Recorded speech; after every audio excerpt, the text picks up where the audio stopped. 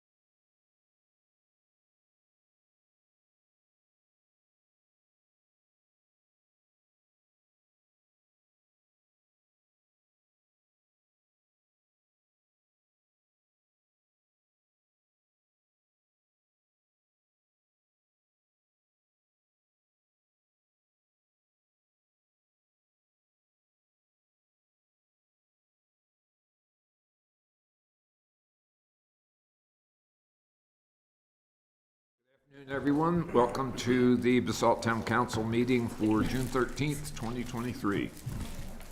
So we will begin our meeting tonight with a call to order and a roll call. Pam, please. Oh, absolutely. I think we have 7 skaters on the ice here tonight, so. All right, let's begin with David Knight, Here. Elise Hoddle, Present. Ryan Slack, Here. Bill Kane, Here. Dieter Schindler, Here. Angela Anderson. Here. And Glenn Drummond. Here. Okay, the A-team is present, thank you. Very good, thank you. So first up is our consent agenda, which consists of the minutes from May 23rd, 2023. So I would entertain a motion to approve minutes. Mayor, I move the town council approve the consent agenda items as presented. Second. Moved and seconded. All those in favor, please signify by saying aye. Aye. Aye, approved. Great. Next item, call to the public. So this is an opportunity for anyone that would like to address town council. You are limited to 3 minutes. Please identify yourself by name and address when making comments. And be advised, town council will make no decision or take action other than direct the town manager. So, and we also typically ask that you not make comments if, at this point, if your comments deal with a matter which is on the agenda later on in the evening.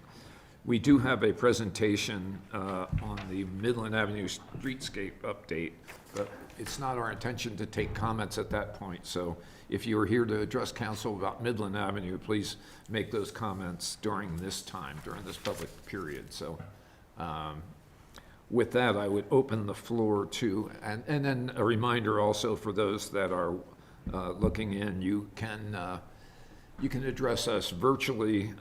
Go to the www.basalt.net, go to the June 13th agenda, open the packet, and you will see instructions for dialing in should you wish to address council virtually. So, but we'll start with those that are in the audience. Is there anybody that would like to address council during the public comment period? Ted Guy.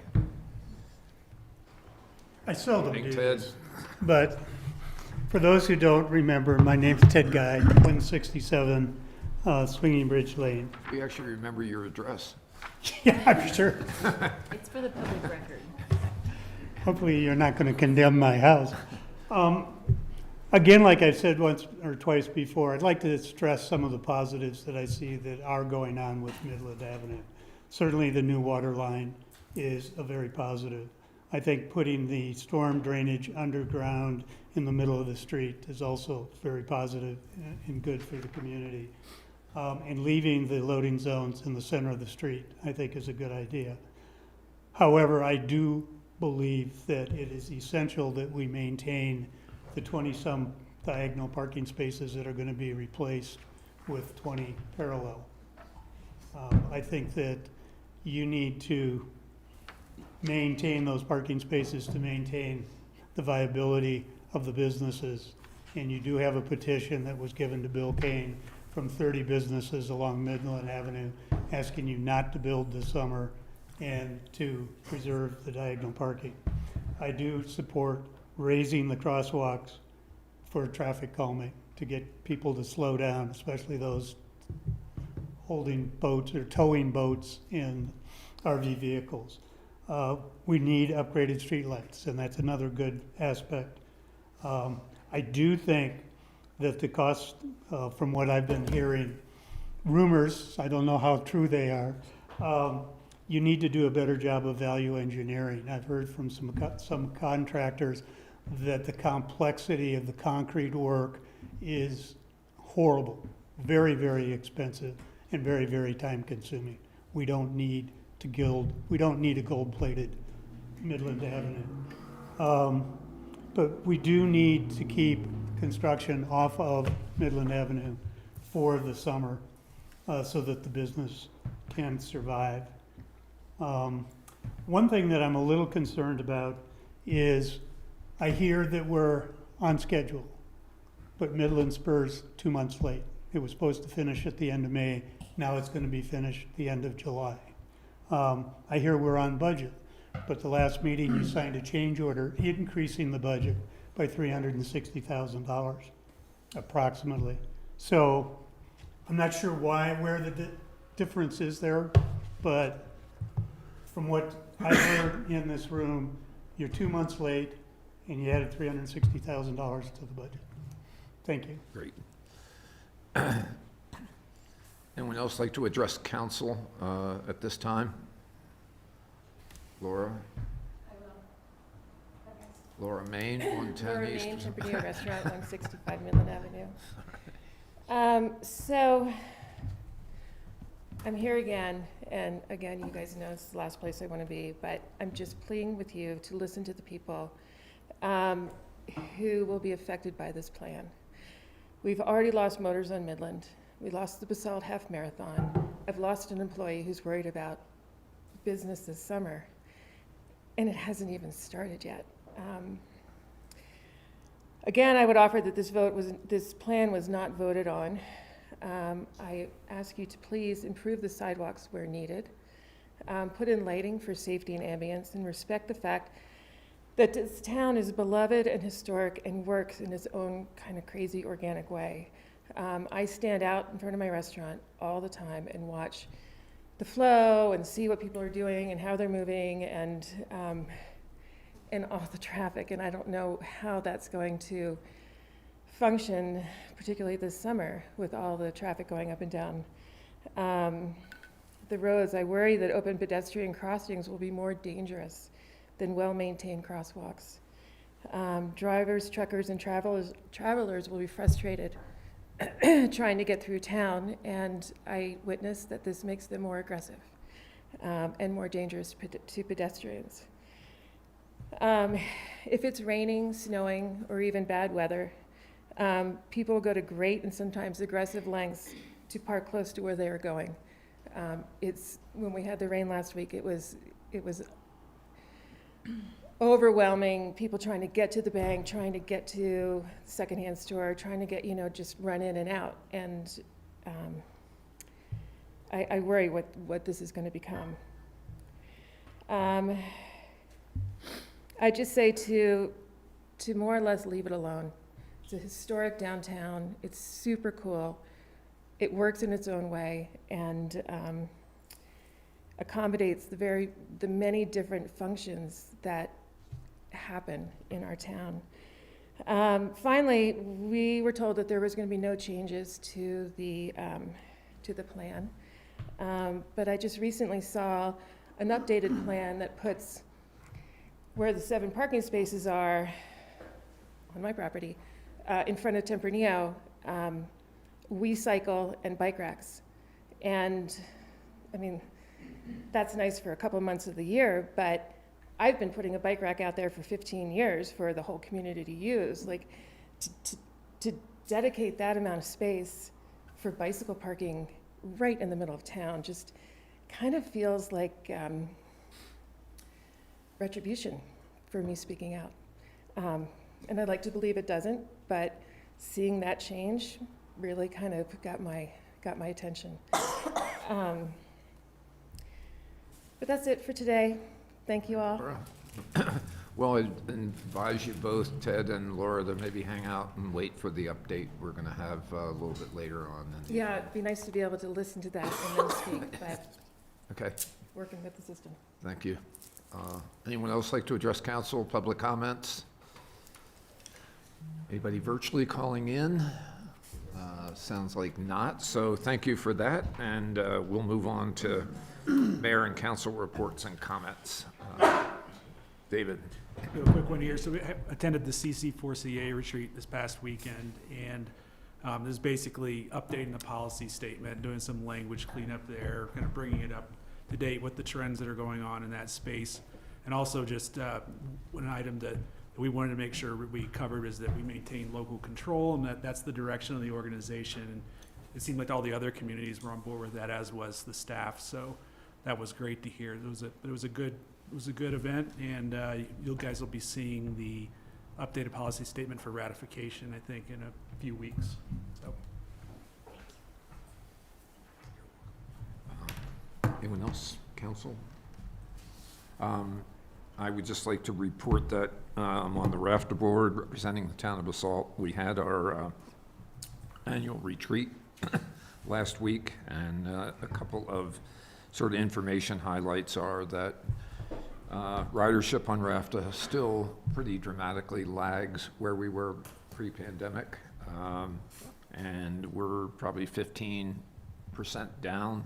That correlates very closely with the shortage in drivers, so this is probably a service-driven lag, but progress is being made. Ridership is recovering, and there are things in the mill here that are really going to help. The Roadway Inn project in Glenwood Springs will provide 43 units of housing. I think that's where we're going to be at the end of the day, and that's going to be a big help, and that matches up well with kind of focus group interviews with staff, so that's a big step.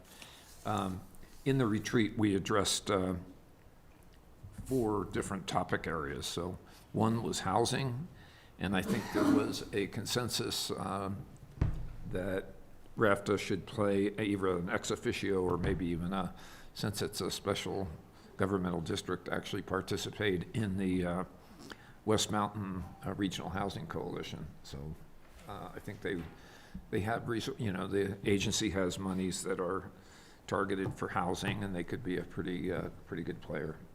So hopefully that will transpire. We did spend lots of time about first and last mile. I informed the board about our grant for expanding Basalt Connect service hours. We're now 7 a.m. to 10 p.m., 7 days a week. So hopefully that's out there, and people are aware that that service is widely going to be available throughout the town. And we spent a fair amount of time on discussing employee staff issues, morale, and what we've got to do to retain and attract workers for RAFTA. And then the last was spent on initiatives for increasing ridership and improving mobility in the valley. So anyway, it was time well spent. I think RAFTA has pointed to the Basalt Connect as a very workable model, and is going to be probably taken up by other municipalities in the valley. So congratulations to us for playing a leadership role on first and last mile strategies. So that was kind of it for RAFTA, and I'll just do monthly reports for you when things are interesting. So I do have one update. yeah. So in light of having Gina here from Walking Mountains and discussing the EV plan and also building codes, I did want to let you guys know that I attended the most recent CAC meeting, Eagle County Climate Action Collaborative, and we recognize that the state has actually increased their climate goals past where Eagle County originally had set theirs. So we are having a conversation, a discussion about updating those goals so that they are at least comparable, if not even more aggressive. So the state is currently at, help me Gina, 100% by 2050? Yes, so we will be looking at moving to at least 100% by 2050, which may involve, reevaluating some of our goals and the plan on how to get there. So just wanted to let you guys know that. And then we'll hear from these guys, which will actually tie into that. So, anyone else? Managers report. Yeah, thanks, Mayor. Well, first, I got this handed to me prior to the meeting to hand out to all of council, but pretty exciting.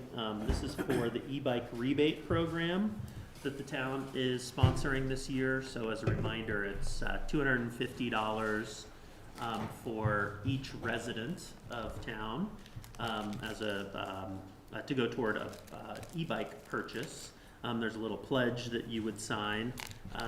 According to Sarah, we're approaching about 20 of these so far, just in the last handful of days here. But this Saturday, June 17th, up at the high school, so from 10 to 1 p.m. is a an e-bike event, and so we expect that we'll probably be getting a lot more interest in getting the word out with regard to this rebate. So we do have these handouts, so take one, and if you know anybody that's in the market for an e-bike, we will help subsidize that for them, for town residents.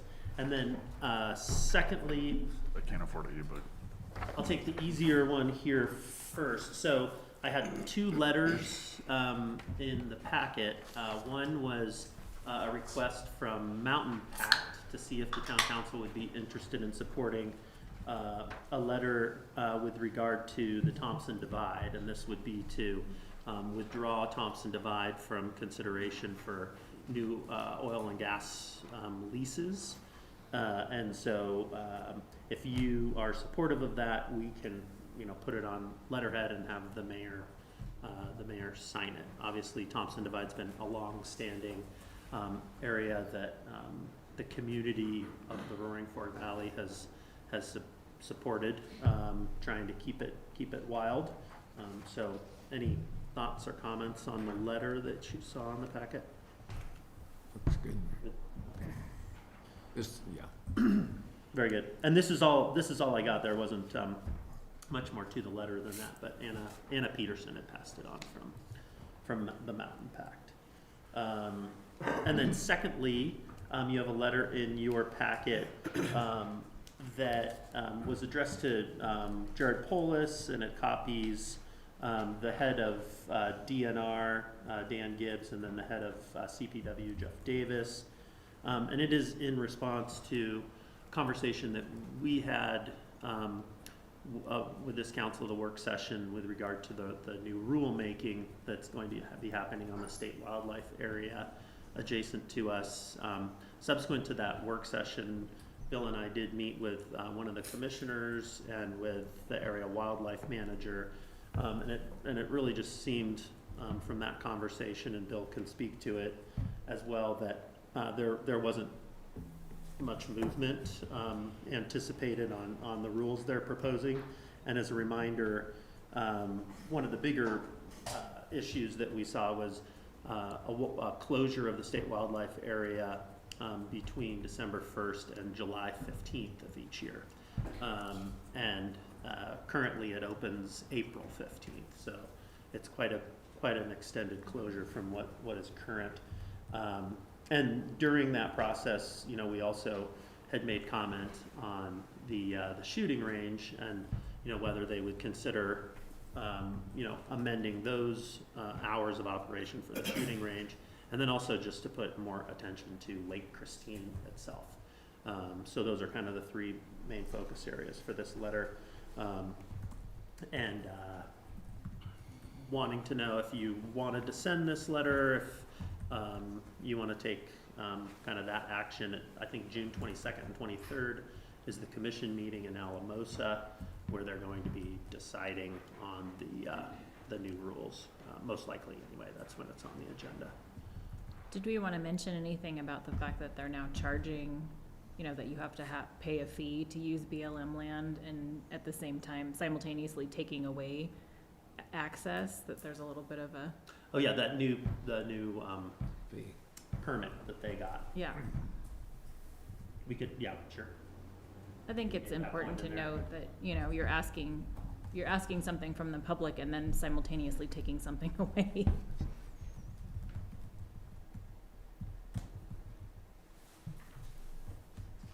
Okay. And as Ryan and I have discussed, I think we're going to take our first pass at this with Jeff Davis, who's the new CPW director, and Dan Gibbs, who's the director of natural resources for the state. And we'll exhaust our remedies there, and if we don't get any or much response, then I think we can elevate the communication. But for now, I think I'd be best served to work with the CPW staff and try to iron this out before we go directly to the governor, which would be more visible but might harden feelings on maybe both sides. So that's my recommendation anyway. You okay with that, Mr. Knight? As long as Counselor? we have time. My concern is just the timing. Yeah. Well, I think we have a better chance of getting some kind of movement by working with the staff at the director level anyway, for now. Yeah, no, I think it's great to send it to them first, Yeah. but if there isn't anything, any reaction, any feedback or anything, Then we move on. yeah. Lawyers call it exhausting your remedies, so, Fair enough. okay. Okay. And is everybody feeling good about that? Nods, yeah. Okay. Very good. That's all I have for you. Thank you very much. Any questions for the manager?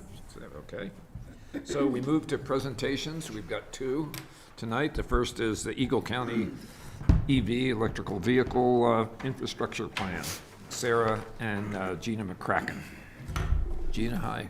Hi, thanks for having me. You're from the wilds of Eagle County? I am, They're very yes. good. Well, hello, Council. Thank you. So you've met Gina McCracken. She is the Climate Action Collaborative Manager with Walking Mountain Science Centers, who oversees the Climate Action Collaborative for Eagle County. Basalt has been a member of the Climate Action Collaborative since 2017, when we adopted our Climate Action Plan. That includes the Climate Action Collaborative for Eagle County Community and the Basalt Addendum. And the collaborative is tasked with overseeing, developing strategies, policies, supporting these items that will help to meet Eagle County's climate action goals, as well as, which Basalt is part of. So they do this through a number of different focuses and categories of subcommittees, including such things as buildings and energy and transportation, water, et cetera. And so Gina is here tonight to talk about advances that have been made by the collaborative in the area of transportation. There is a newly created document. It's called the EV Infrastructure Plan for Eagle County Communities, and this is provides a tool and strategies for helping the county to meet its climate action goals through the topic of transportation. So with that, I will turn it over to Gina. Thank you. Awesome. Thanks, Sarah. Thanks for having me tonight. As Sarah mentioned, I'm with the Climate Action Collaborative for Eagle County Communities. Our coordinator, Will, is here as well. And yeah, we were glad to make the drive up here this evening and get to see you face to face. Next slide, please. I first just want to start out by centering us in some data that kind of supports why we went forward with this planning process that has taken about a year between when we started creating the EV infrastructure plan and to where we are today. So this is our timeline for action.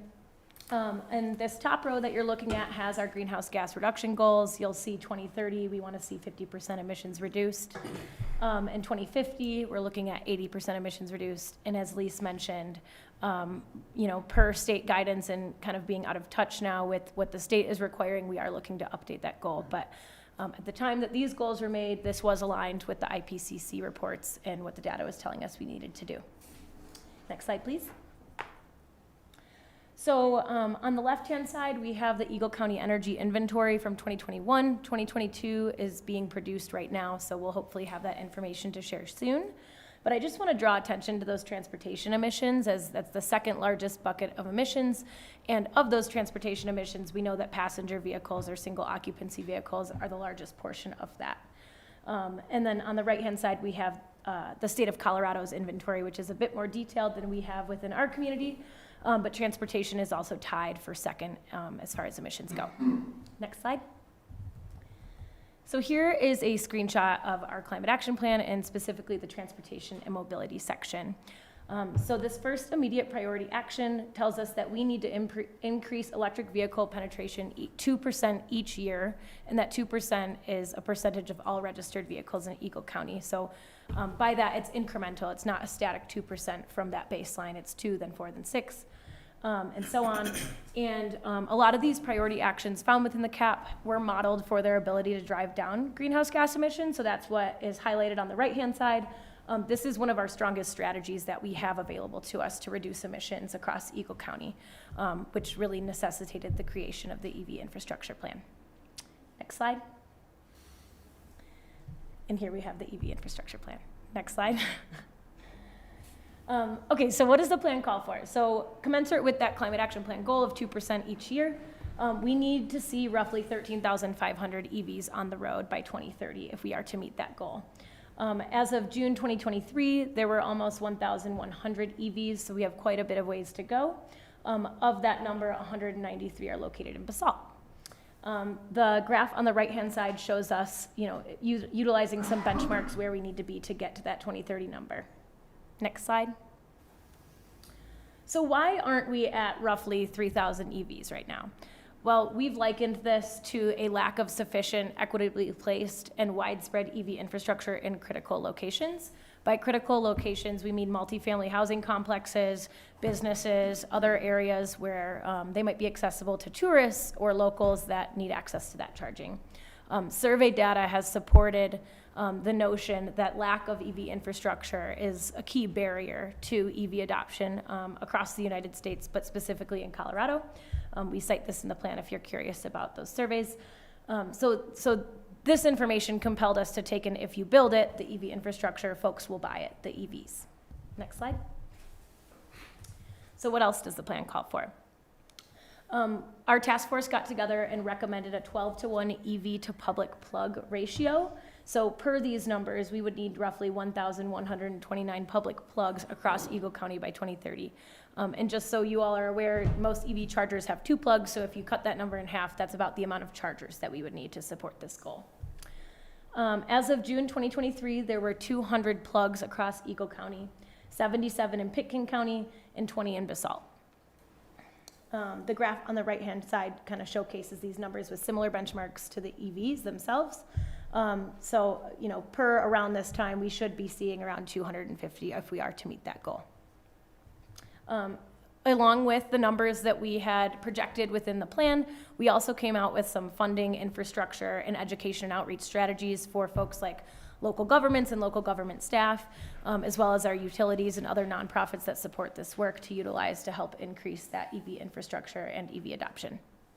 Next slide. So why do we future-proof and install EVSE now? This might be a no-brainer to this group, but we want to avoid unsafe charging, essentially not do what we're seeing in that picture right there, which is the unfortunate circumstance. We also want to meet the moment with EV and EV charging grants and incentives. There is a tremendous amount of funding out there right now for this, and there's no guarantee that it will remain for a very long time, so we should really take advantage of what's available for us right now. And then, of course, this all encourages that EV adoption component that's so critical to our goals. Next slide. Remind everybody that's not Basalt, that photograph. No, it's not. It's not. One of the key components of the plan that we developed and that we're really excited to have public access to is the mapping tool. So we worked with Eagle County GIS to create a set of siting criteria that we identified as key locations where we should be directing local governments and businesses and HOA leadership to be putting these EV chargers in order to support our goals. So we gave them those property codes and they were able to give us that data that we overlaid on some Google Maps that are interactive. I really encourage you to check these out. I think these are awesome tools and your staff could probably gain a lot from having access to these maps. If you go into the EV plan under the mapping section, we have links for each of the general regions of Eagle County, so Basalt is on there, and you can find Basalt's interactive map. So on the right-hand side, we have that siting criteria broken out by 3 large categories: multifamily, commercial, and government owned.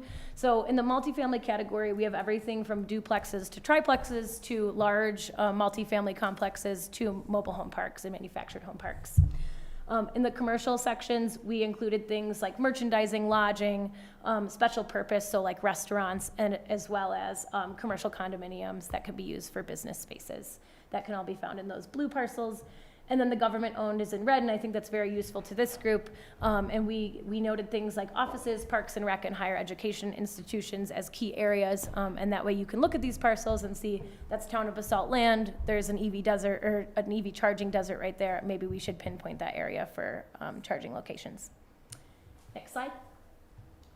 So utilizing these maps, I pulled some priority areas for this council to consider, or just to be aware of. The first of which is the city market. There are no chargers there right now, and that is a place that could utilize an L2 or L3 charger. Level 2 chargers take several hours to charge a vehicle, but if somebody's in the grocery store for an hour and has an EV, that would give them a little bit of charge. Level 3 chargers are quite a bit more expensive, but they do give you a full charge in about an hour.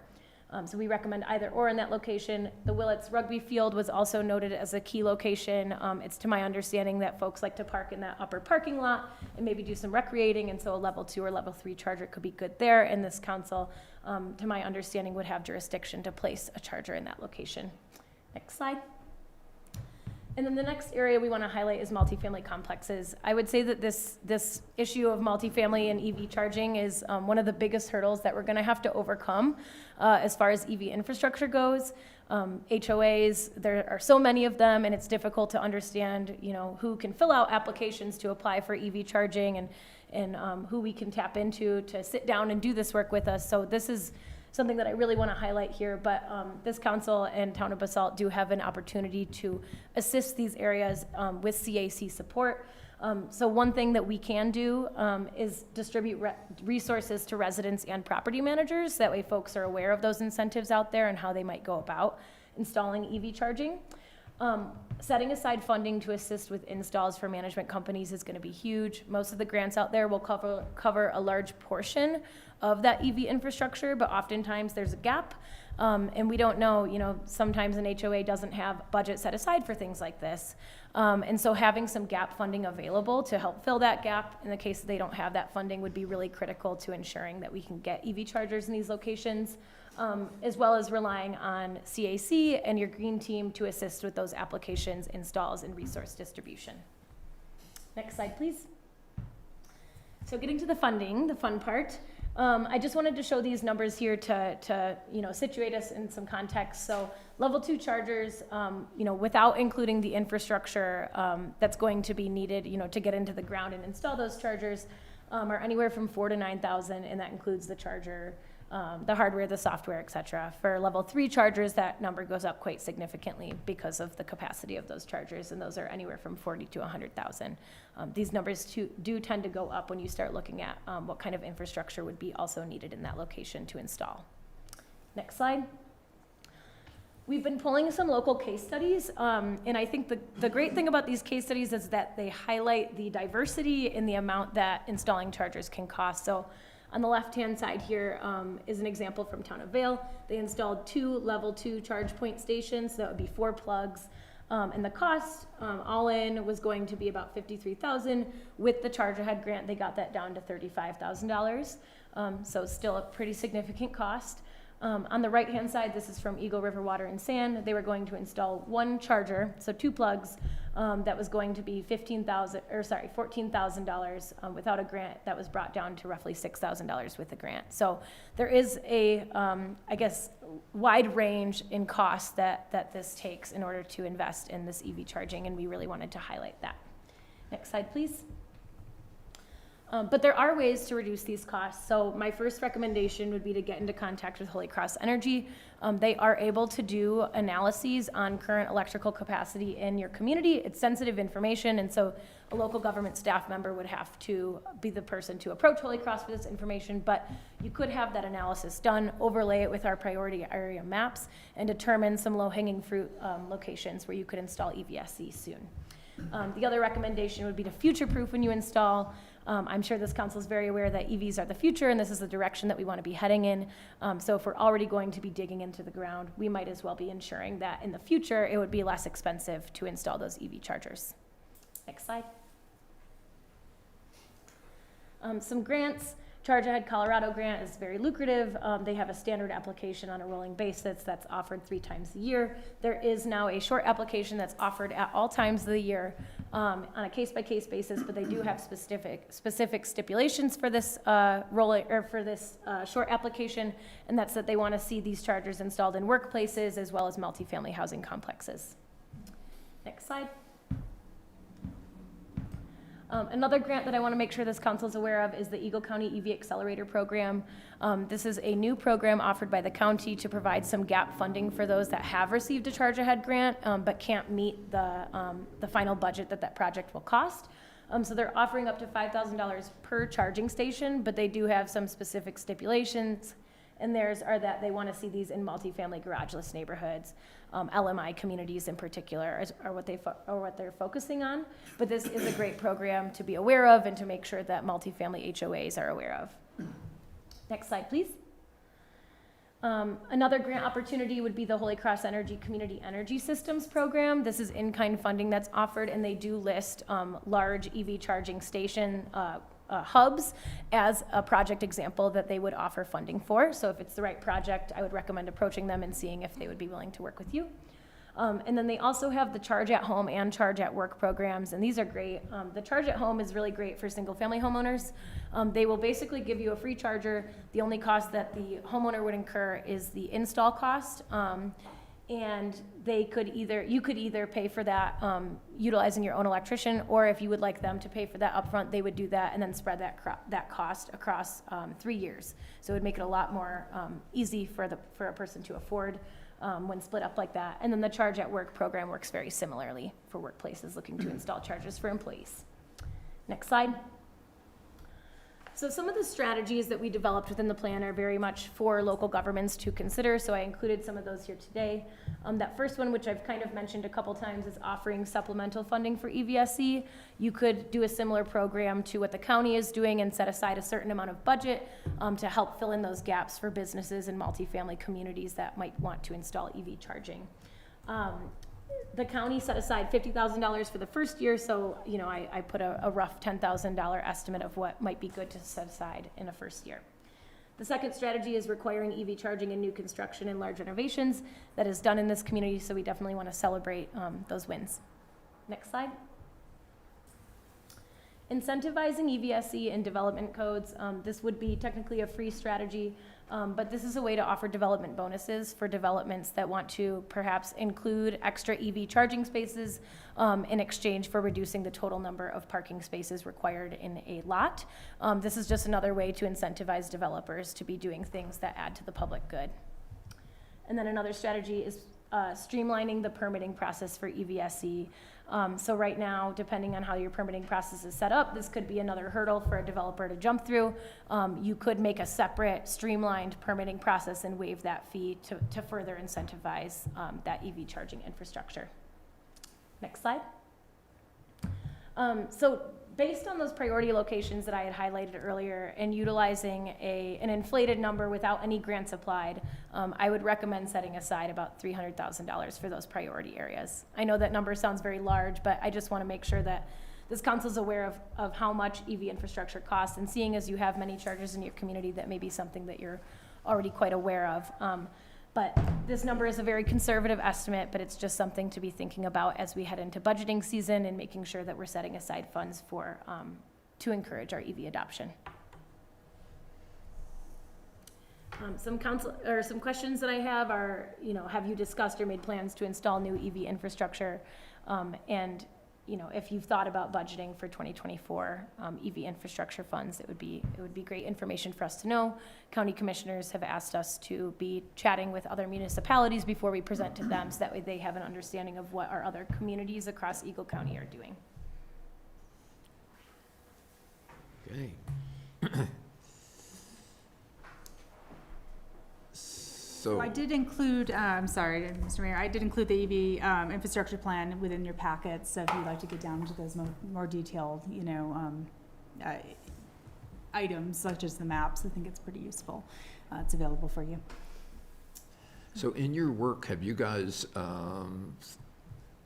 entertained, thought about, or considered models elsewhere where the private sector has played a major role in fulfilling this need, kind of like the American gas station model, pretty much? I mean, yeah. At City Market, I mean, it's easy to visualize that there'd be charging stations with a credit card that would be operated by Kroger or whoever. I mean, that's a big shoulder there. 1,000 charging stations at 10K apiece, you get to $10 million pretty fast. That's well beyond our reach. Yeah. So it's got to be some, different economic model. Yeah, definitely. I mean, it's a great question. Right now, I feel like communities are kind of playing whack-a-mole, just trying to put chargers wherever they can when it's convenient and affordable for them to do so. And I think the Charge Ahead grants really help push that across. And then also requiring it in building code ensures that we're future-proofing and making sure that that's available for all new construction. But for that existing construction, that's where communities are really struggling to install these chargers, and we certainly need buy-in from the public and private sectors. So we have not, engaged in conversations with, gas stations or anything like that yet. We do know that in Edwards, there will be a gas station putting in EV charging, which is awesome. I think it's a model that other communities can follow, and other companies can follow, but we have yet to have those conversations. Okay. David? I have one. So you're talking about L2 versus L3, and it makes me think about density of L2 versus having fewer L3s, and we want to get to a certain number. Sounds like it's about 10x the cost for an L3. So I mean, I guess, and people can charge at home and overnight in their offices during the day. Mm-hmm. Does it make sense? It seems like it does, but I'm just curious on your standpoint. Does it make sense to put more money towards more L2s, because the L3s, this is quite expensive, and get to that number, or have mix, or what's your perspective on that? Yeah, I mean, this technology is evolving very quickly. I think that there will come a time where the L3s become cheaper and the standard. I don't think that the average person, other than, being at home and having your car parked in your driveway for 10, 12 hours overnight, would want to be waiting somewhere for 6 to 8 hours for their car to charge. So I think that as the technology evolves and it gets cheaper, we will see L3s as the standard. So, it's hard to say. I think thinking about those locations and the vehicle dwell times is going to be really important when trying to answer that question in the desired location. We do include a list of vehicle dwell times in the EV plan that kind of, average out, at what kind, at a movie theater, how long is the average person going to be there? And I think that can help guide those decisions. But for public spaces, I think the L3s are going to be huge. And I think that you could potentially, if they're placed strategically, you could cut back on the number of L2s that you need if you do more L3s in those strategic locations. Depending on the dwell time and the Yeah, location. I think it's very location dependent. L2s do great for homes, multifamily complexes, places where people don't really need to be hopping back in their vehicle quickly and leaving, but in commercial and public spaces, along highway corridors, things like that, I think L3s are going to be the standard. Okay, thanks. I'll just have to add to that when, and I know the Charge Ahead grant evolves constantly, but last time I had looked at it and when we had gotten that level 3 EV charger, that was one of the conditions they were looking for in this particular location to support a level 3. So sometimes the funding that's out there for it is really kind of dictates what we'll, be looking for, or looking to install rather. Yeah, and I think that kind of leads to the mayor's point about, private entities getting involved in this. I think that's why there is so much incentive out there right now, is hoping that businesses will pick up on this influx and see it as a profit opportunity, or an opportunity to add to public benefit and encourage people to come into shops and stores and hang out. We've been seeing that with a lot of the grant programs that are formulated federally and across the state, like the EV Plazas program, that's offering large amounts of funding to create like economic EV hubs with 10 level 3 chargers and shops and restaurants for people to hang out at. I think that's the vision, but right now we're just trying to play catch up, and it's hard because we're trying to install EV charging and maybe there's not enough EVs to support that demand, but in some communities it's the opposite, and so it's growing pains right now. I would just add in that Gina was nice enough to give this presentation to the Green Team last night, who is excited about the plan, and I think they'll be bringing back something in their work plan for 24 addressing this. So Cool. That'd be well appreciated. And I forgot to mention this during my presentation, but Michelle had shared with me the Main Street redevelopment that's going on, and that's all going to be developed under that EV-ready code. So I think that'd be a great opportunity to install some chargers. It'd be a lot cheaper because that electric capacity is already going to be there. So that'd be another location to really consider, and that would be more affordable. Very good. Quick question. Do you have a sense for how many of the 200 that are in the county that they charge for the electricity? They charge the consumer? Yeah, it's really up to who owns the station and manages it. We've seen in a lot of local governments not charging at all, really just in an effort to try and encourage people to adopt or make it easier for visitors that are passing through with an EV. But at multifamily complexes, an HOA could consider charging residences or residents for doing that. Commercial spaces, I could certainly see charging a little premium on top of what the actual cost per kilowatt hour would be from the electric supplier. So, I think that there's an opportunity to certainly recoup a lot of the costs that are spent in installing the infrastructure. It just really depends on who owns and manages it. But I think that's a question we've been getting a lot, are the regulatory frameworks around the EV chargers, and how one might go about choosing the cost and who wants to manage it and how we manage it, especially in those multifamily locations. How long do we let people hang out there before we say you got to move along? Yeah, they're big questions that I think it's trial and error, it's learning. I'm sure there are many case studies out there that could, help come up with some answers. What is the average cost to charge? I really don't know off the top of my head to get a full charge. It kind of just depends where you are. At our place of work, I don't believe we charge anything, or, Walking Mountains incurs that cost. But it just varies place to place. And do you have any idea how much that costs Walking Mountain? I don't know off the top of my head. Our buildings and infrastructure are kind of unique in that we have a lot of solar panels, and we're technically net zero in many of our buildings, and so I think a lot of that cost is offset through those panels and what they're generating. Will, do you have any idea? I would assume if it cost anything, it would just be the cost of electricity on the market. And that's just one thing, I think, to get public buy-in, giving somebody a comparison, here's how much it costs to fuel your car, here's how much it costs Yes. to charge your car, that data is very hard to find. Absolutely. And I can say with confidence that it is significantly cheaper to get a full charge in your EV than it is to fill up a tank of gas. But I can't give you specific numbers right now. Thank you for that question, though. And that's something staff can look into when the green team brings back some requests or budgetary discussions, and that's probably something we could put forward.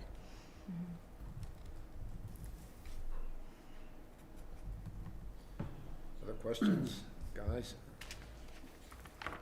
Well, thanks very much. This is pretty informative stuff.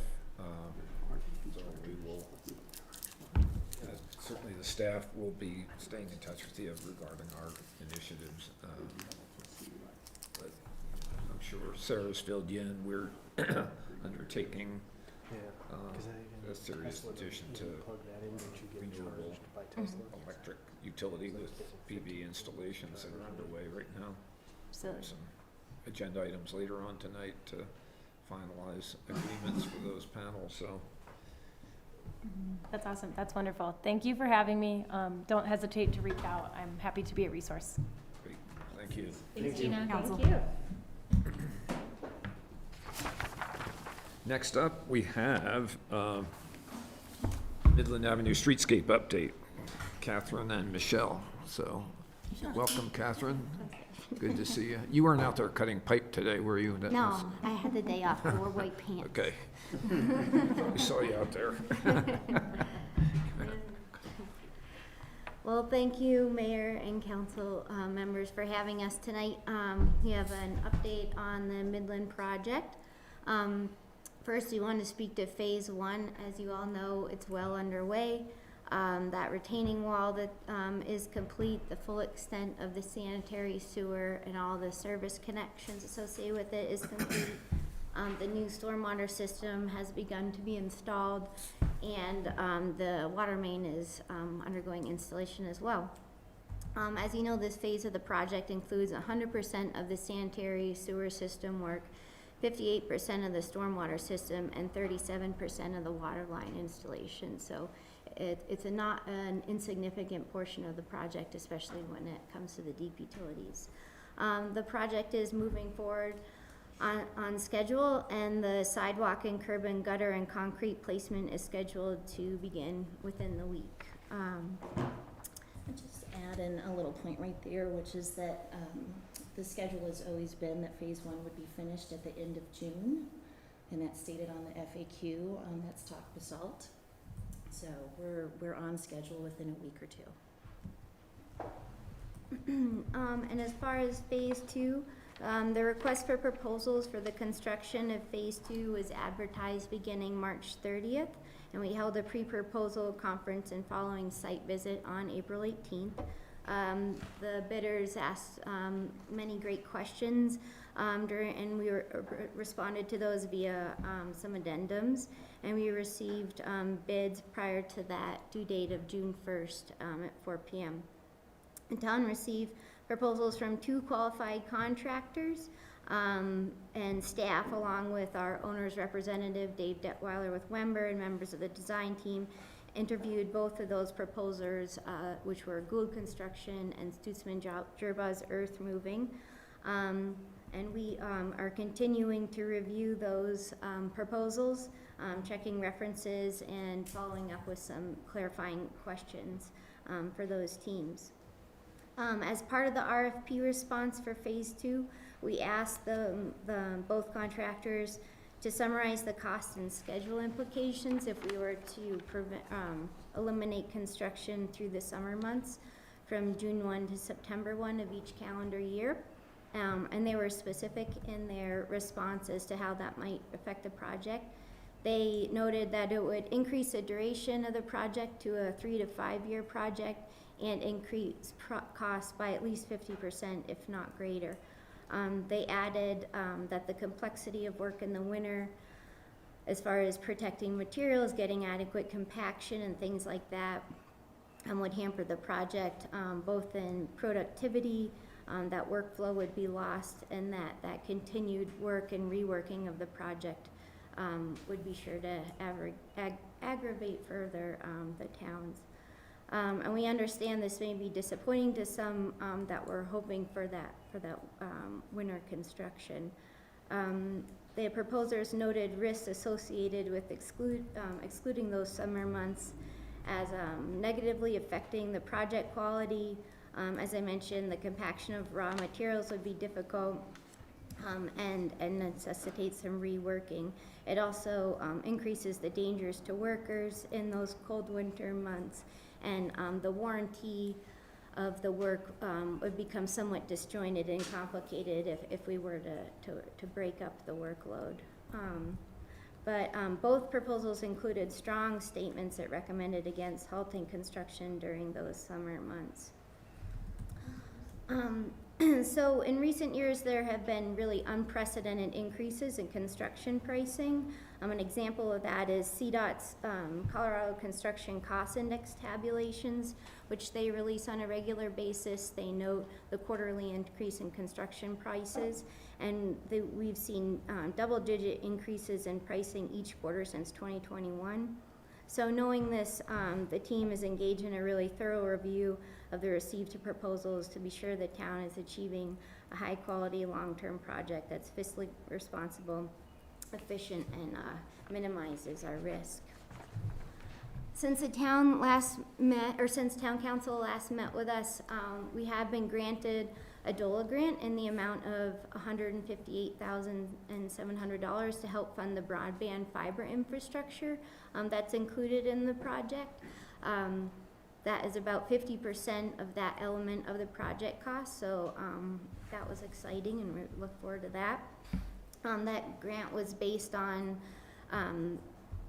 factors such as energy impact, the degree of need, community support, of course, Pitkin County and their kind of wide broadband infrastructure initiative through the valley was really helpful in supporting that application. Just to say, this was yet another leg that was able to build upon that, because DOLA has been a large supporter of Pitkin County's effort in expanding their broadband network.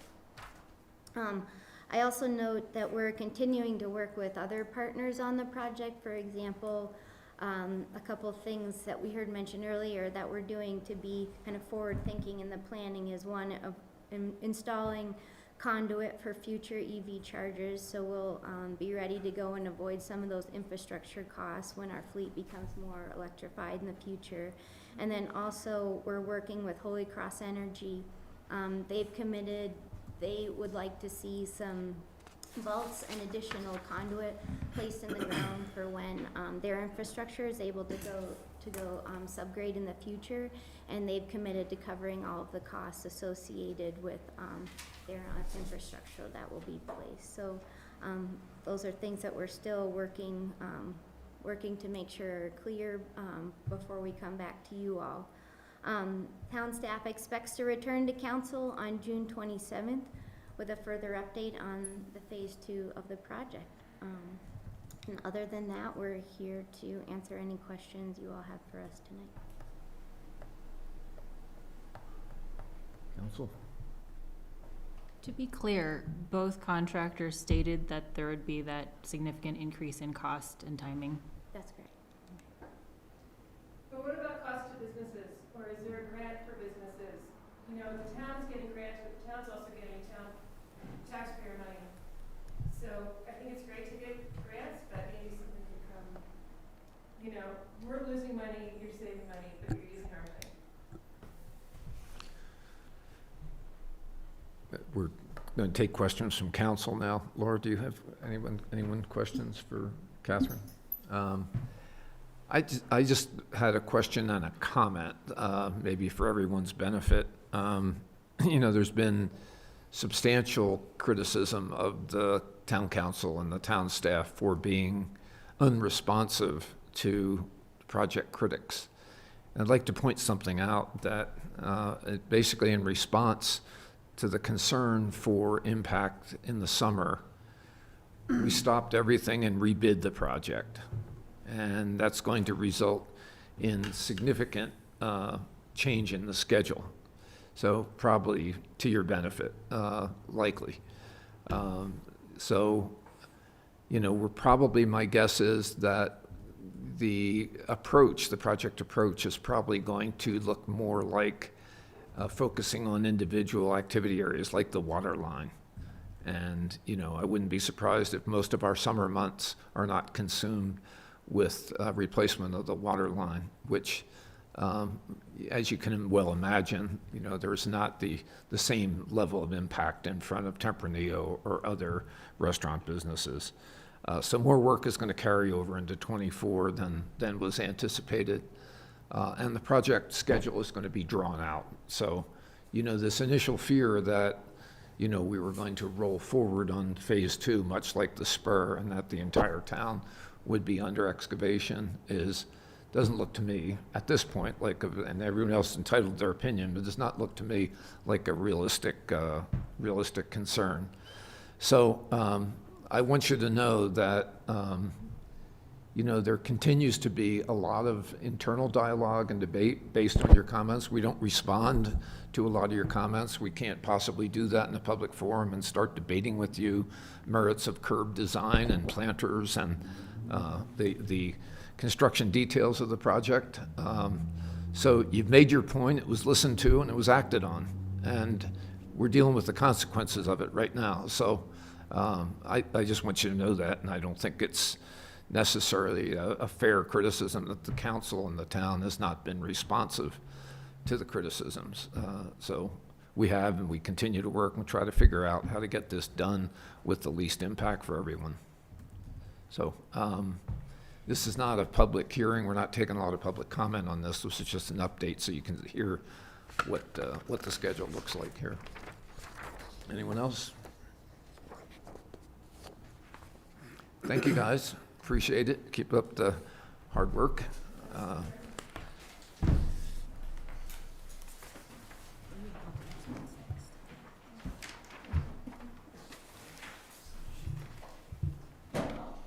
sit next to you for minutes.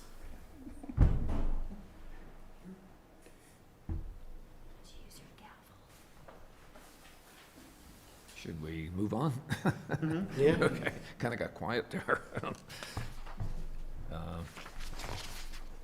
So the next item, guys, are council actions. So we have a series of ordinances here related to easement agreements with property owners on Midland Avenue. So looks like there are 3 of them. So the first is ordinance number 12, series of 2023, ordinance of the Town Council of the Town of Basalt, Colorado, approving an easement agreement with 104 Midland Avenue Planned Community for 104 Midland Avenue. Catherine? And Mayor, I will be recusing myself. Okay. Mr. Mayor, I'll handle these Okay. next 3 ordinances. I'll remember this time.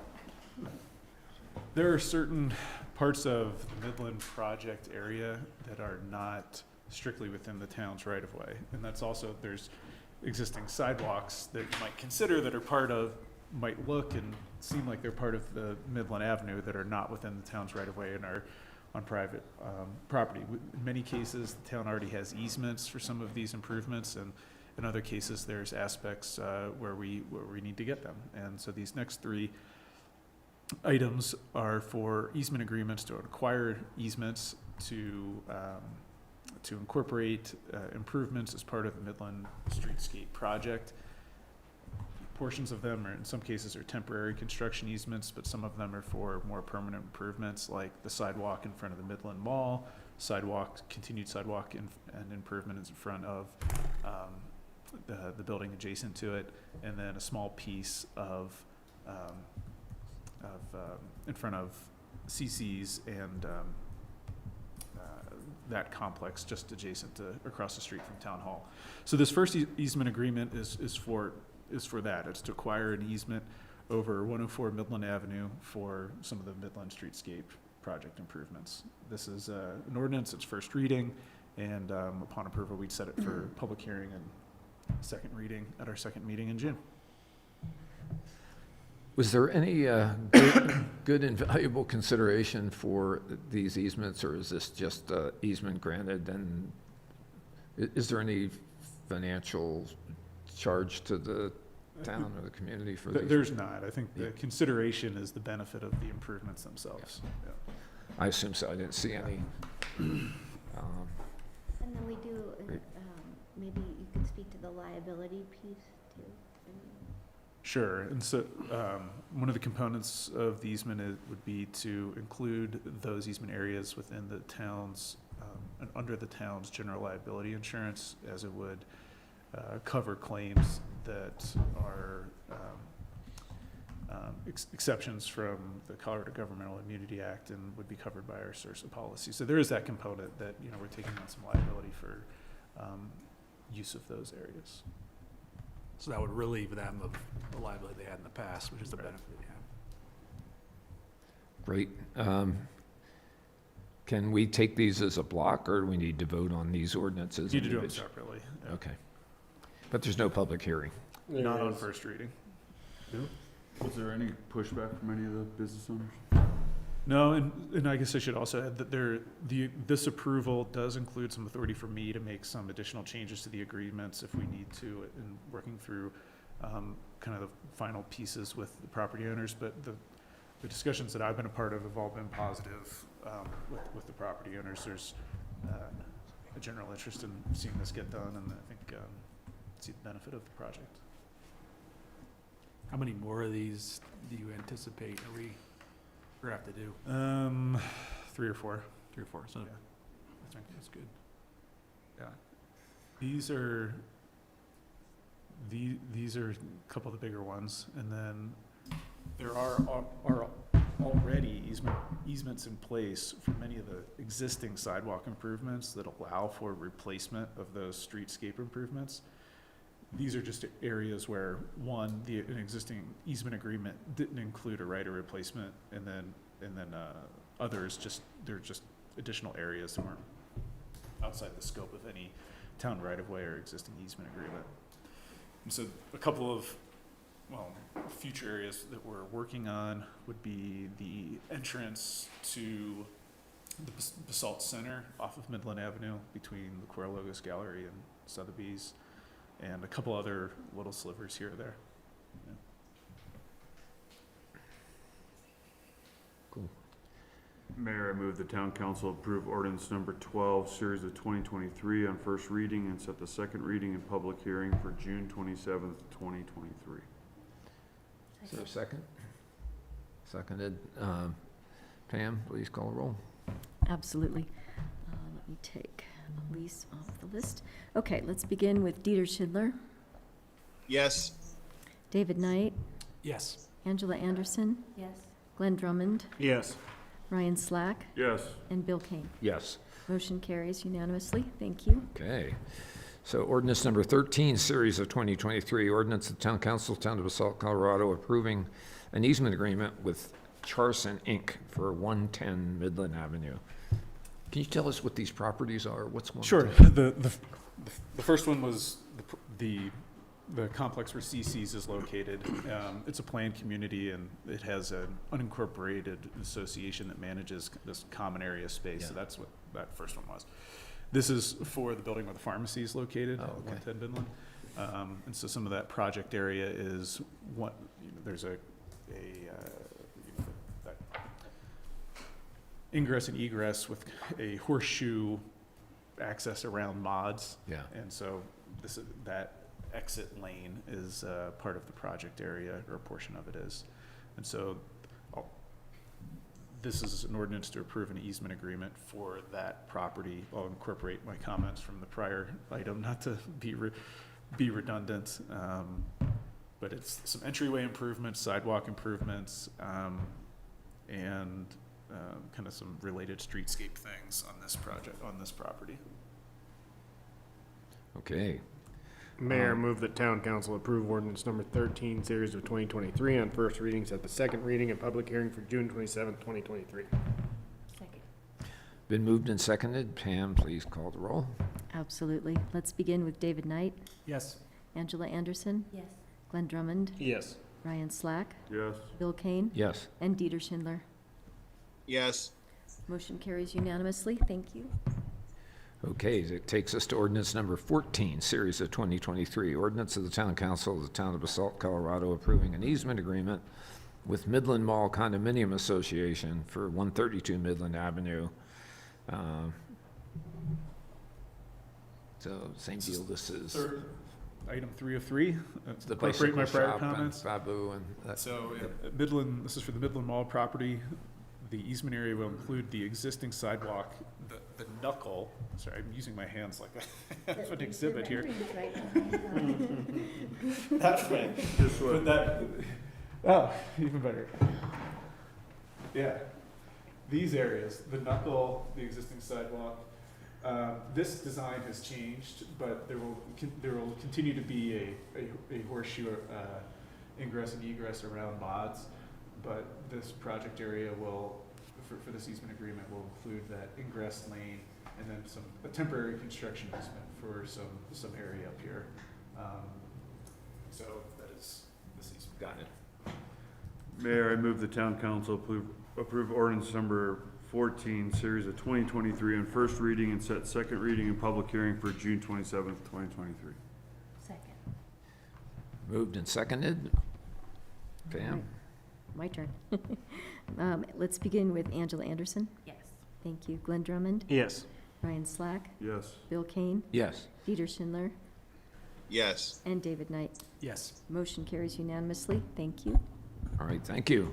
That concludes the ordinances. Next business is resolution number 24, series of 2023, resolution of the Town Council of Basalt, Colorado, approving an intergovernmental agreement between the town and the Roaring Fork School District, number RE1, for a solar project. So, right on cue, our town manager will explain the agreement with the school district for our solar projects. Yeah, so, as you are aware, sort of stalling until Elise gets here.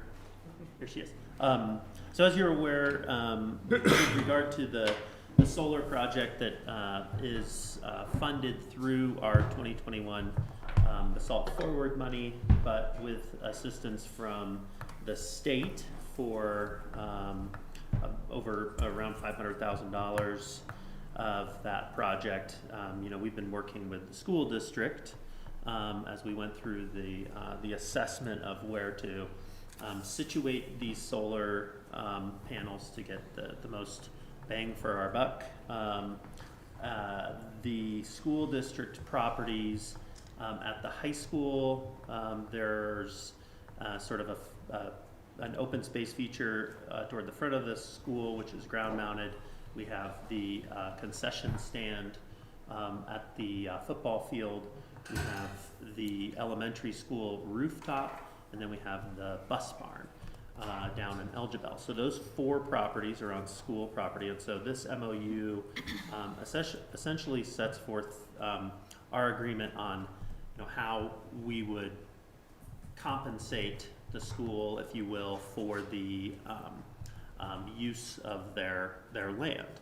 And so the other wrinkle in this was, normally when it's our infrastructure, because we will own those solar panels, but to the extent they're on the roof of the school, kind of makes it difficult for us to get up there and maintenance them.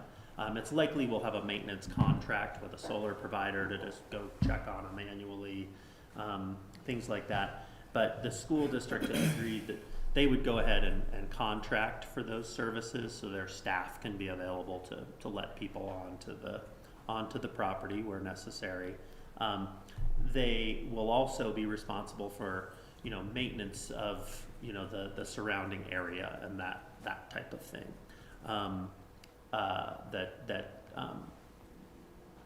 The roof structures and or the ground mowing and things like that in the open space. They'll account for that, and quarterly we would come back together and deduct those costs, and we would split the cost for the maintenance on the solar panels specifically, and then profits, if you will, which comes in the form of energy savings that translates to dollars, would be split equally between the school and the town. And so the school district has signed the agreement. It's something we worked with Jeff Gatlin pretty closely on for a number of months. He was keeping the school board apprised. They are supportive of the project, and right before he left, I worked to get Ben Baumfuck on board with those details, and he signed it. So we should be good to go. This is just one sort of final box to check for us to move forward with the project. Do we know what the going rate is? Do we get 7 cents a kilowatt hour, or 8, or 5? Or do you know what Holy Cross is? Holy Cross would. Holy Cross doesn't know. I said Holy Cross doesn't know. That was all contemplated when they presented to you all on the payback period for the overall project, and that took into account the rate changes that Holy Cross was expecting and now are delayed. So we're doing a slight reanalysis of our payback period, knowing, and taking into consideration that delay. But I can't tell you what the going rate is, but on those larger sites, you get clearly a different rate than the smaller ones. It's more of like a wholesale rate, but we can update you kind of knowing that those rate changes are occurring if you'd like, once we've ironed those out. And of course, Mike Steiner, one of our good buddies on the project that's been so helpful, is making sure that this project isn't at all caught in the crosshairs of that bump in the road for them. So. I assume Holy Cross has some published policy on cogenerators and folks that are putting power on the grid. Yeah, and this, if you remember, they have a project that or a program rather, that allows for entities to build up to is it a 0.5 megawatt? Mm-hmm. And we're going to be under that program. Yeah. Mm-hmm. So Yeah, I think that's like 5 cents a kilowatt hour or something. It's pretty. that might be somewhere. How are we going to calculate the energy savings? Is it just going to be net metered, and then we split the net meter? Are we going to take their historical usage and then do we have It'll show the energy generation that those that those are creating and offsetting. And so so I think we'll be able to look at that monthly. So I think it should be pretty clean, once it's all installed. There's a software that they use to track it and actually separate it all out, so they were able to, quantify what the schools have used and quantify that part of the savings as well as, along with everything. Yeah, the library's got a pretty good metering system. It's fun to watch. Yeah, you can see it, right? It's public facing. Yeah. I was That's a hoping big for array. that for Albany, It's what? Oh, yeah. a public facing metering system. And I think it does It's have. probably not too late. Yeah, the software system has a website that we'll be able to post on Green Team's website, things like that. I think most of those APIs and interfaces like that, we could probably even have like kind of a portal for all this stuff. It'd be kind of cool. Yeah. Because I don't know what a retrofit would look like for the pool, but now that that's up and running, that might be something we look to do and then can feed it into some. Yeah, it Yeah. shouldn't be that hard to feed it into a, Be pretty cool. Yeah. I agree. All right. So, we need to take action on this. This is Yeah. resolution number 24. Is there a motion to approve resolution number 24? Mayor, I move the town council adopt resolution number 24, series of 2023. Second. Moved and seconded. All those in favor, please say aye. Aye. Very good. Sorry, we Mr. can't do Mayor, that. because we have a remote participant, we get to do, Get to make Pam do more work. Pura Vida Dieter. Okay. Well, you know what? We'll do it both ways. We'll have We'll be extra a clear. in the voice record. vote, and then we'll have a roll call. Dubly clear. That would really be a belt and suspenders. Yeah. Fair enough. Let's begin with Glenn Drummond. Yes. Elise Hoddle, Yes. Ryan Slack, Yes. Bill Kane, Yes. Dieter Schindler, Yes. David Knight, Yes. and Angela Anderson. Yes. Motion carries unanimously. Thank you. You were waiting for that, weren't you? No. Okay, next on the item top of my is public hearing and first reading for ordinance number 15, series of 2023. An ordinance of the town of Basalt, Colorado, approving amendments to municipal code, chapter 18, building regulations. Michelle, that was quite a bunch of stuff in the packet, I will say that. It's a lot. All right, well, I am presenting tonight. Mitch Miller is on a well-deserved vacation. So I'll just preface that I am clearly not a building official, so I'll do my best to answer your specific questions if you have any. But in general, the town of Basalt generally updates Chapter 18 building regulations, also commonly known as the building code, approximately every 3 years. The proposed amendments to Chapter 18 that are included in the packet include adoption of the most current versions of the international codes, which hold standards for building safety. These I-code amendments include the International Building Code, International Residential Code, Existing Buildings Code, Mechanical Code, Plumbing Code, Energy Code, Fuel Gas Code, National Electric Code, our Sustainable Building Regulations, and maybe everyone's favorite, the International Energy Conservation Code. These amendments also include amendments to the town fee schedule, bringing some of the fees up to date and largely removing the REMP calculator from the code section and placing it in the fee schedule. The amendments generally move the town of Basalt from 2018 versions of the I-codes to the most recent 2021 versions. There's some syntax amendments for clarity and some more substantive changes. For example, the move from 2018 to 2021 I-codes generally includes changes that increase building energy efficiency by 10%. So the energy efficiency is through all of the codes, not just the energy conservation code.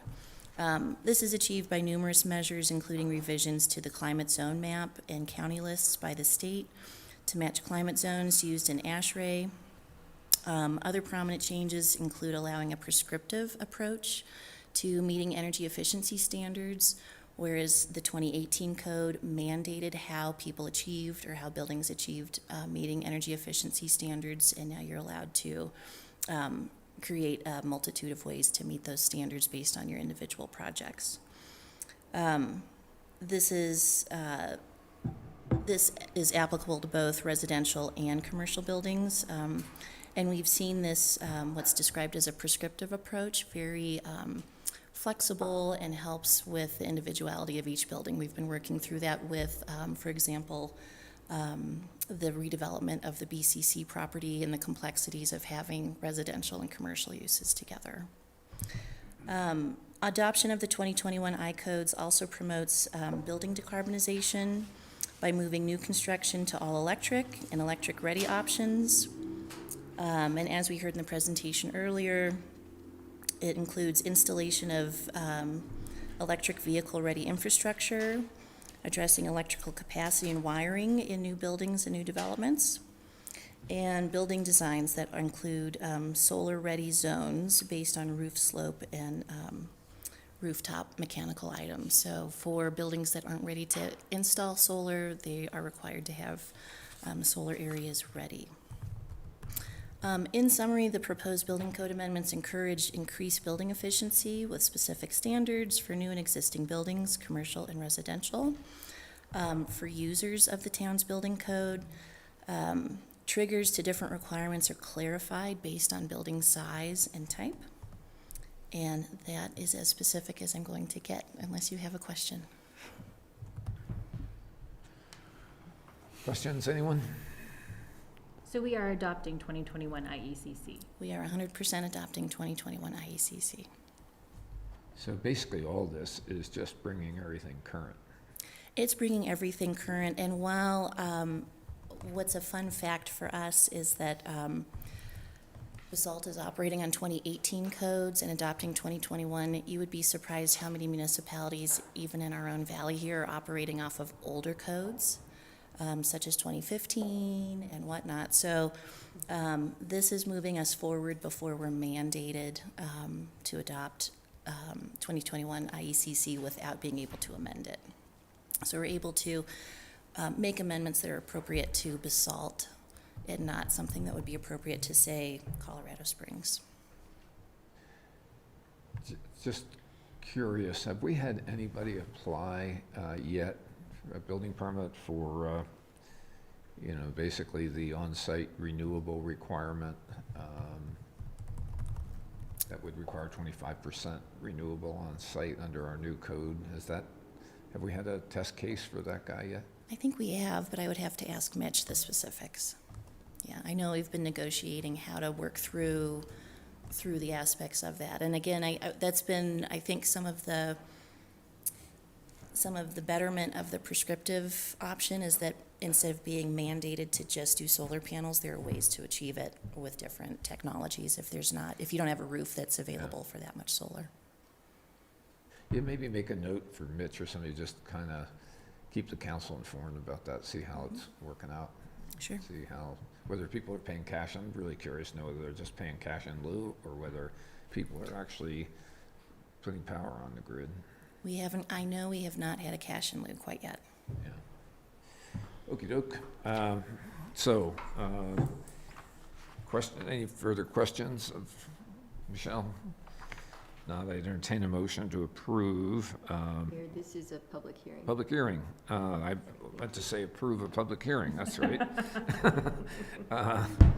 So if there's anyone, Boyd's not going to say anything, and anyone calling in? All right, that concludes the public hearing portion of this, and so I now entertain a motion to approve ordinance number 15, series of 2023 on first reading. Mayor, I move that the town council approve ordinance number 15, series of 2023 on first reading and continue and set the second reading and public hearing for June 27th, 2023. Second. Moved and seconded. I'm not going to dare try to do this with a voice vote. Pam? Of course. Okay, let's begin with Ryan Slack, Yes. Bill Kane, Yes. Dieter Schindler, Yes. David Knight, Yes. Angela Anderson, Yes. Glenn Drummond, Yes. and Elise Hoddle. Yes.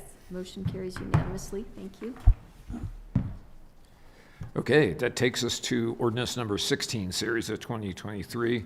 Ordinance of the Town Council, Town of Basalt, Colorado, amending the 2023 budget and providing for a supplemental appropriation related to various revenue and expenditures. That's pretty loose, Doug, various revenue and expenditures.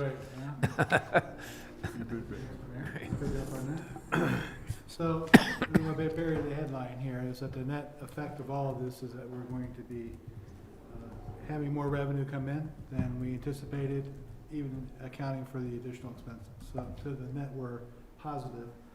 You could submit that maybe this isn't necessary, but some of the funds are negative, and even though it's positive. So I'm just memorializing these changes. We'll start with revenue. On Exhibit A, delineates out the various funds, 2.6 million, 2,678,381 is additional revenue. Much of that, you recall the bell ringer sale of the element, that was not anticipated when we put the budget together, so that was a big chunk of it. And then all the grants that we've been getting post-budget were also a contributory factor of additional revenue. The DOLA grant for Pitkin that it was Christine had mentioned. And then we have CDOT grant for streetscape for Midland. And then also the solar grant that we had just talked about with, I'm not sure what her name is. Anyway. And then we also had additional revenue thanks to the Fed. You know, we're running a significant variance in interest in income, so I'm pulling some of those revenues into an amended budget. And we also had some unexpected revenue. This Basalt River Park, the condo association. I missed the meeting. I wasn't invited. It was like one of the transitional things with Christy being gone and me coming in. So I missed the meeting. But they approved the budget, and there was some additional expense that you're going to see here in the amendment. But there was also included in the budget was an assessment for the folks living over there for maintaining the park. So there'll be some additional revenue coming into the town to maintain the park. So all of that adds up to 2.6 million. Looking at the expense side, there was 2,230,567 of expenses, half of which were carryover items from the 22 unused money in the results of our year end. 60,000 was intergov. This was the new software we're having to track our building permits. There was another 42,000 in the water department that we did not use. And the big number was the Basalt River Park. We had budgeted well in excess of $1 million. It was about $1.9 million of expenses relating to the Basalt River Park improvement. We had only spent about $1 million, so we're carrying over that $900,000 into 23. The remainders are this is probably bears mentioning. There was money, as you know, when the element sold, a portion of that went to TACA, and 1% of it went to TACA. And there's right now there's about $780,000 that really is embargoed in one of the reserve funds for the benefit of TACA. And I know that Jeff is working with Ryan on setting up like if it's an escrow agreement, there might be a better metaphor for it, but to get it off of our books into another one who would be arbitrating the disbursement of those funds. You want to? Sure. The resolutions and organizational documents, I guess, for TACA, and that we'd call for an endowment to be created. Did you see? And so we're kind of at that stage of TACA where that needs to happen. And so we've put together, that's in the works, I guess. That's currently in TACA's court in terms of the next steps on forming that, and it'll eventually come before you guys, probably in the next couple of months.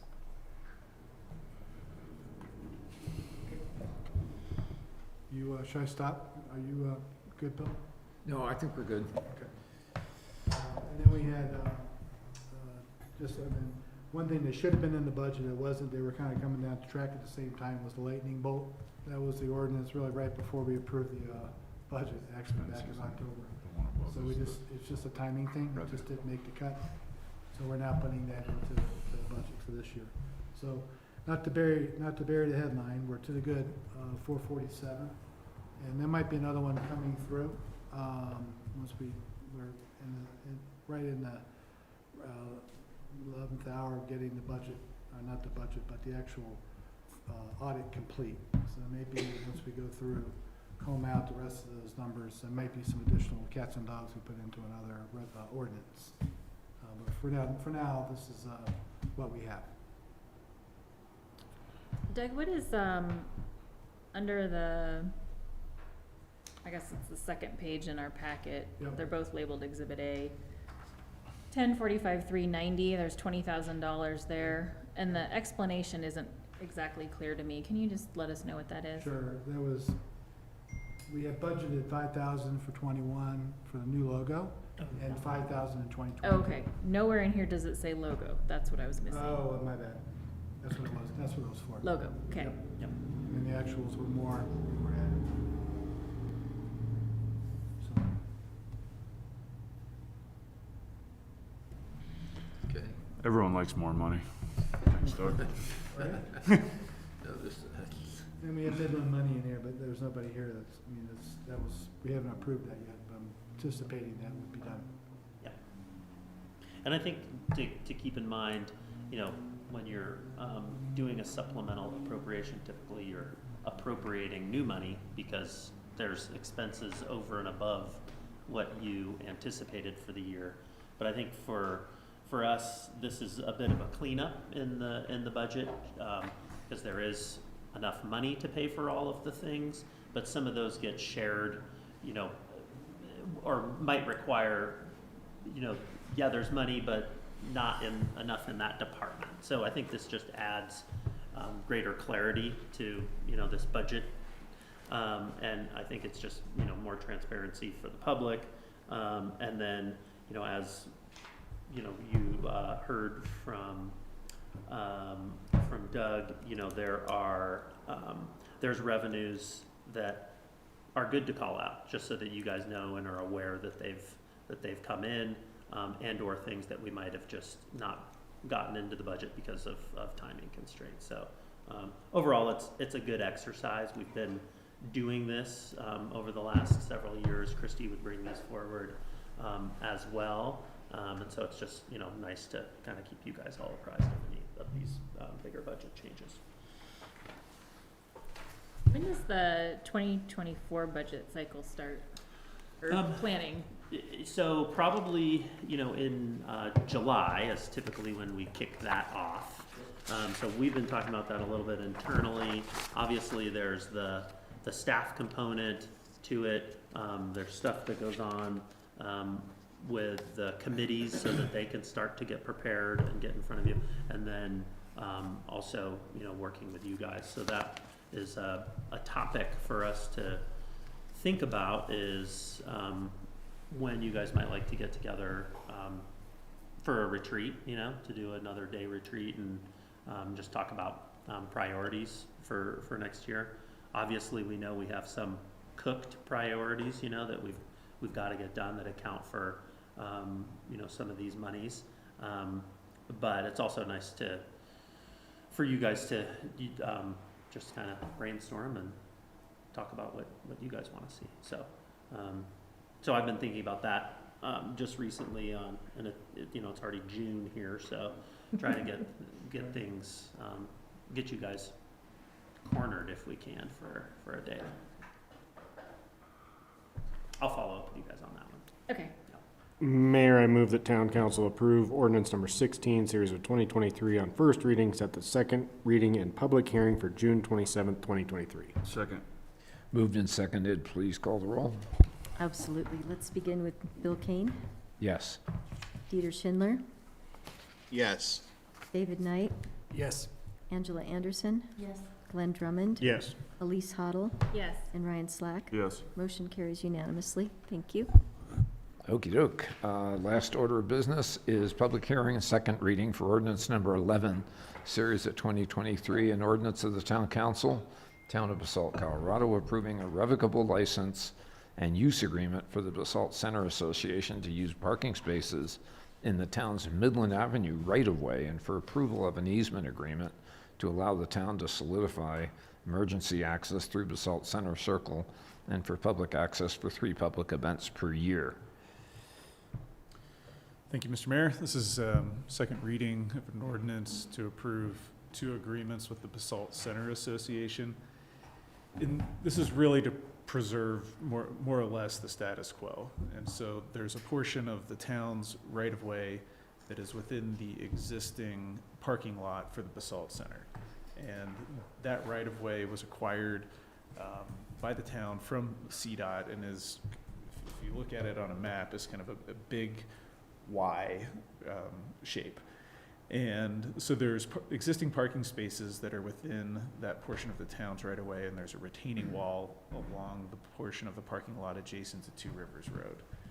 And so the first agreement here would approve a license to give the association permission to use those areas, improve, maintain them, incorporate them as part of the parking lot as that may be improved in the future.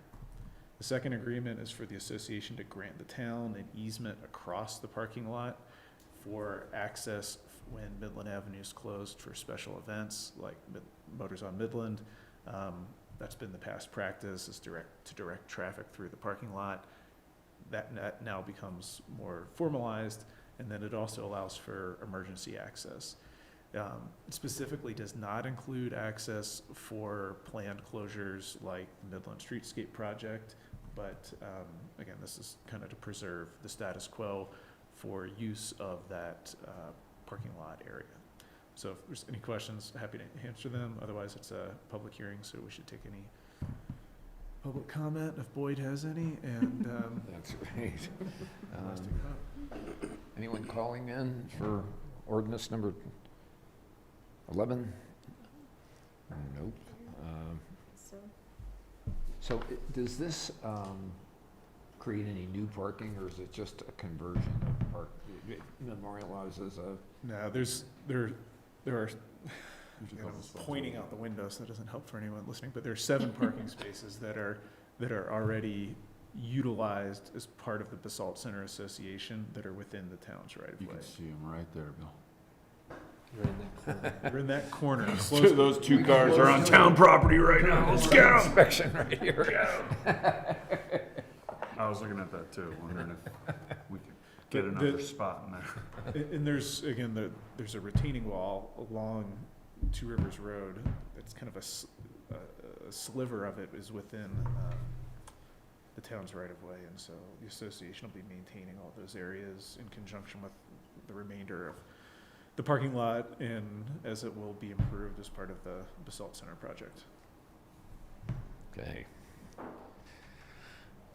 Questions, comments, motion?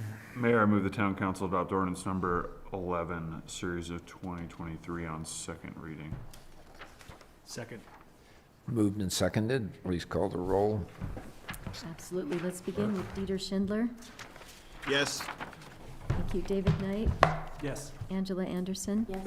Glenn Drummond, Yes. Elise Hoddle, Yes. Ryan Slack, Yes. Bill Kane. Yes. Motion carries unanimously. Thank you.